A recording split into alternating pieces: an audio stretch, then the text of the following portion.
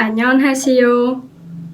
대한민국에 저와 같은 일을 겪은 사람이 또 있을까 싶네요. 친한 친구들도 제 일을 듣고 입을 다물지 못한 채 정적만 흘렀습니다.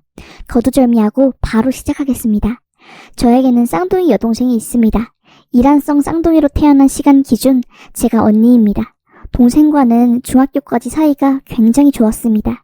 엄마는 저희가 초등학교를 들어가자마자 가출하시고 아빠는 알코올 중독 때문에 집에 들어오면 폭언이나 폭력을 쓰셨습니다. 그런 가정 환경 속에서 저희 자매는 서로를 의지하며 지냈어요. 저는 공부를 열심히 해 대학을 가 빨리 이 집안을 탈출하자는 생각이었고, 동생은 대학이고 뭐고 그냥 바로 취업하자는 마인드였습니다. 뭐가 되었든 각자 능력 길러서 거지 같은 아빠의 소나기 속에서 탈출하자는 생각뿐이었어요. 그런데 중학교 때 사춘기가 심하게 온 여동생은 조금씩 삐뚤어졌고 결국 고등학교 올라가서 공부를 완전히 손에 놓아버리고 소위 날라리가 되었습니다. 가난하고 희망이라고는 없는 가정 환경에서 저는 분노를 디딤돌 삼아 이 악물고 공부했고, 여동생은 분노 속에 사로잡혀 무기력한 채 희망이 없는 사람처럼 살아갔지요. 수차례, 아니 수백 번을 동생에게 말했습니다. 제발 정신 차리고 취업 준비를 하던가 뭐라도 하라고요. 하지만 반복되는 싸움에 저도 지쳐갔고 결국 돌이킬 수 없을 정도로 저희들은 멀어졌습니다. 저도 고등학생밖에 안 되었기에 마음의 여유가 없었고 너무 지친 상황이었거든요. 화를 못 참은 저는 동생에게 손을 올렸고, 그렇게 그 사건 이후 저와 동생은 남보다 못한 사이로 전락해버렸습니다. 성인이 되어서는 연락조차 아예 끊어버렸습니다. 제가 23살이 되고 아빠가 갑자기 돌아가셨습니다. 장례식장에서 여동생을 3년 만에 만나게 된 것이었죠. 그때 여동생은 클럽에서 디제잉을 하며 밥벌이를 하고 있었고, 저는 서울 중상위권 정도 되는 대학에서 행정학과에 재학 중이었습니다.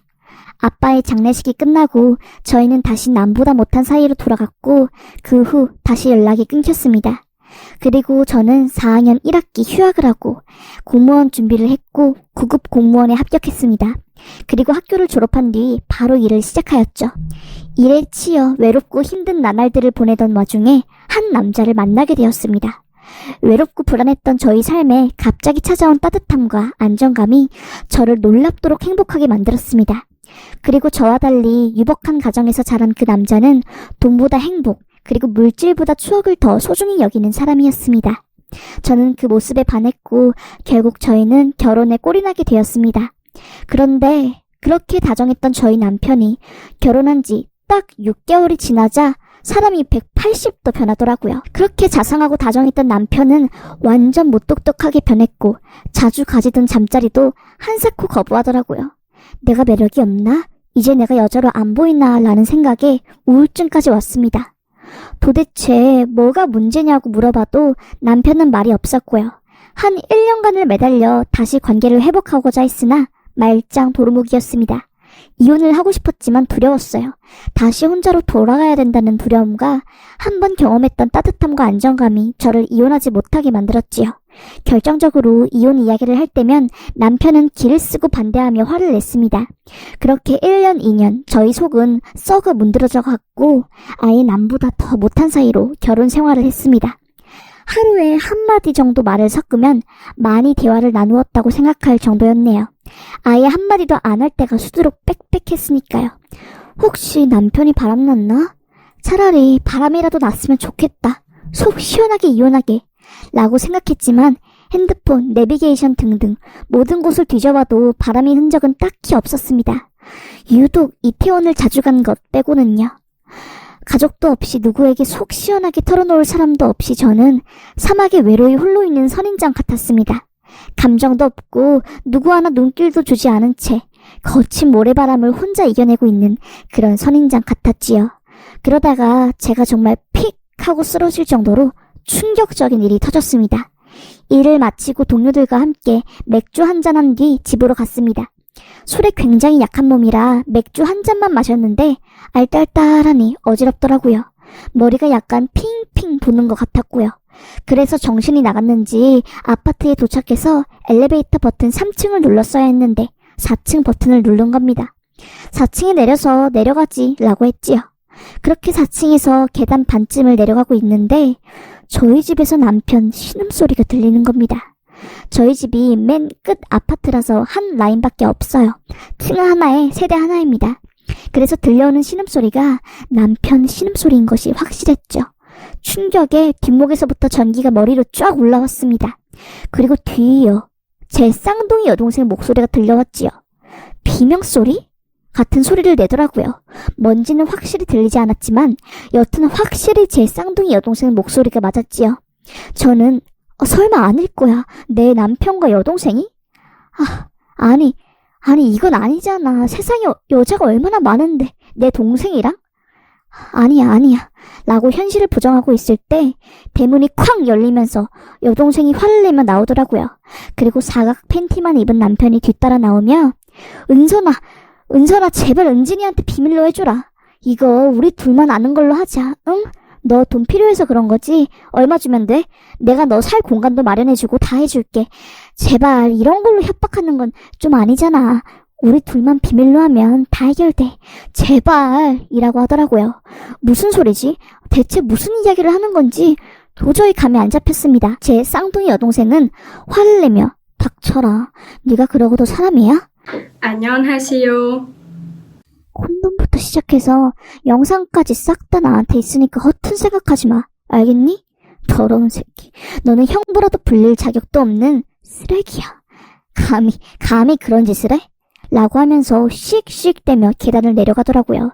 남편은 절규하며 울듯한 목소리로 제발 이라고 외치다가 다시 집으로 들어갔고요. 저는 어쩔 줄 몰랐습니다. 도대체 이게 무슨 상황이고 머릿속으로는 도저히 이해가 안 되었고요. 다리가 후들거리고 가만히 있는데도 온몸이 정말 사시나무 떨듯이 덜덜덜 떨리는 게 느껴졌습니다. 귀에서는 삐 소리가 나고 몸이 한순간에 뜨거워졌다가 차가워지기를 반복하고 막 쓰러질 것 같았습니다. 발에서부터 턱 밑까지 물이 차오르는 것 같았습니다. 집으로 가야 하나? 여동생을 따라가야 하나? 갈팡질팡하다가 결국 저는 여동생을 뒤쫓아갔습니다. 아파트 입구까지 간 여동생을 향해 전속력으로 뛰었고 여동생 어깨를 팍 잡았습니다. 야, 너 뭐야? 너 내 남편이랑 무슨 짓 했냐? 잤냐? 뭐야 너? 너가 왜 우리 집에서 나오냐고.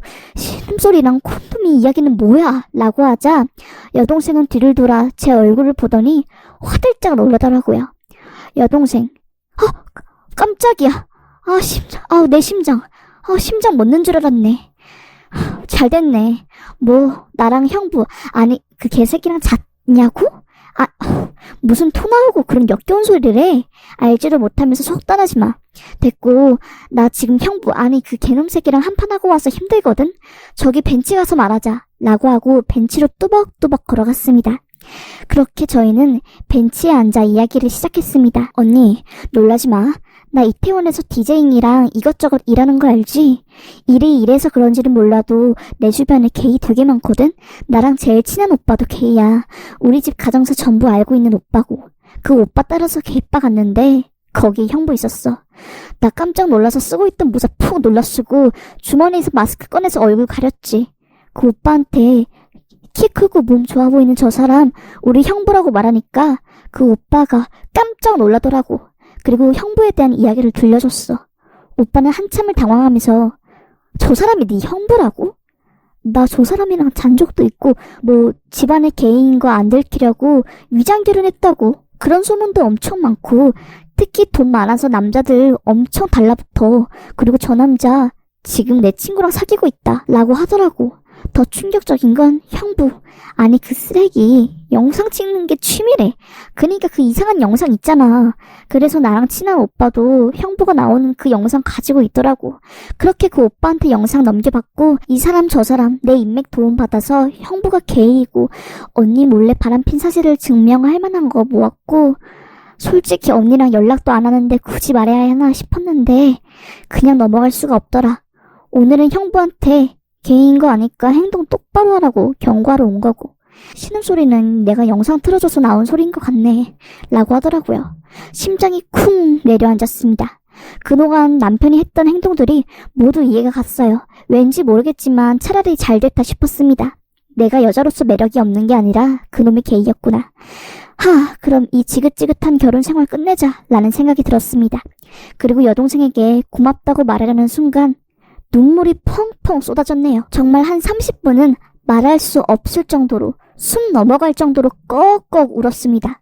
너무 서럽고 미안하고 복잡한 감정들이 섞여서 나오는 울음이었습니다. 그리고는 동생에게 사죄했지요. 고등학생 때 홧김에 때린 거 너무 미안하다. 너무 늦었지만 나를 용서해달라고 했습니다. 동생도 저와 함께 부둥켜 울며 사과하고 그랬네요. 서로가 너무나 힘든 삶을 살아왔기에 마음의 여유가 없었나 봅니다. 거의 10년이 지나서야 저희 자매는 다시 관계를 회복하게 되었네요. 그렇게 한참을 울고 난 뒤 여동생이 도움을 받아 남편의 외도 증거를 넘겨받고 다시 연락하기로 약속한 뒤 집으로 향했습니다. 맥이 빠진 채로 TV를 보고 있는 남편을 향해 의자를 던졌습니다. 뭐하는 짓이야 갑자기! 라고 소리치며 아파서 뒹굴고 있는 남편을 발로 깠습니다. 그리고 남편의 그곳을 뒤꿈치로 우지끈 밟았습니다. 으악! 소리와 함께 비명을 질렀고 저는 그걸로 분이 안 차서 그곳을 점프해서 한 번 더 우지끈 밟았습니다.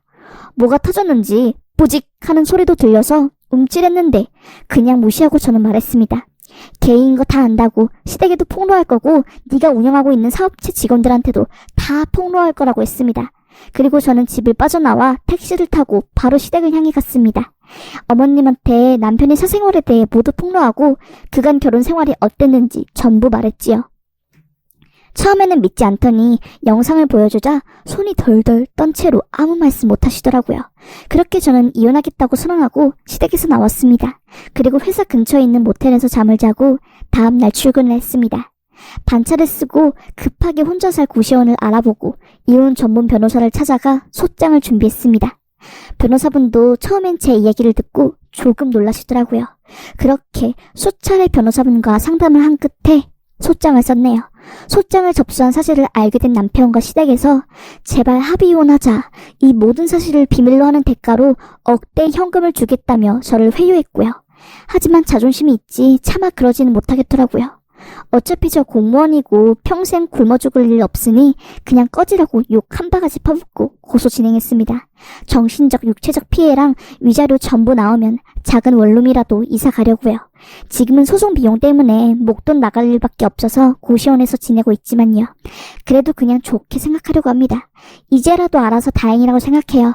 그놈이 까딱 잘못하면 제가 보낸 사연에 그놈 실명까지 전부 까발릴 생각입니다. 안전장치로 이렇게 사연을 보내게 되었습니다. 그럼 저는 소송 끝나고 후기로 다시 찾아오겠습니다. 안녕하세요.